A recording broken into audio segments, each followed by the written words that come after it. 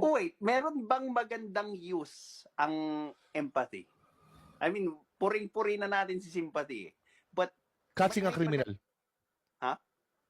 Catching a Yung criminal.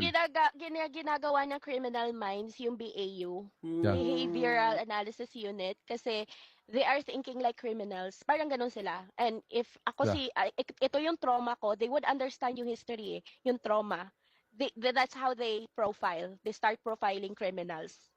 I-understand nila yung childhood trauma, kung meron man na trigger na magganito siya, ginawa itong crime nito, ganun.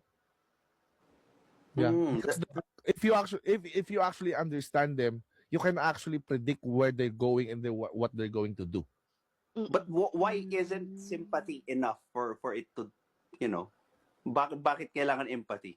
Ba't hindi enough si sympathy? Because sympathy will magmi-misfire because you understand what they're doing but you don't understand where they're going. Guess mo? And You then, understand what they're dahil, going through, right? You understand what they're going through, but you don't understand what they're going to do.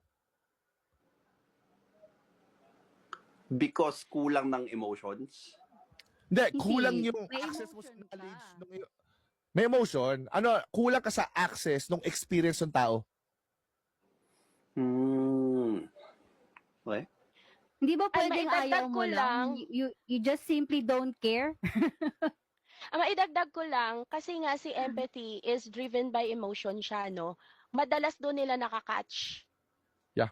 Sa emotion. Emotional side. Kapag ito ang tinitrigger nila, kunyari, ang criminal is meron siyang, or ang suspect na lang, meron siyang, anong tawag doon sa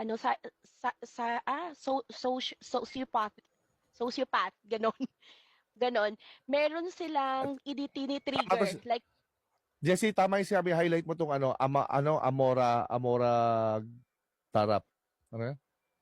eto. You can't lie to an empath, transparent kayo sa kanila. Correct. Oh.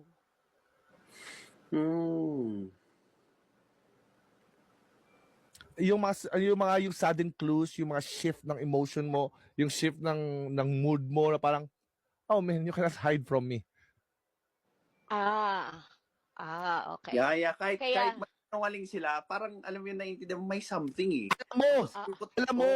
Alam mo. Something. Kasi intuition nga.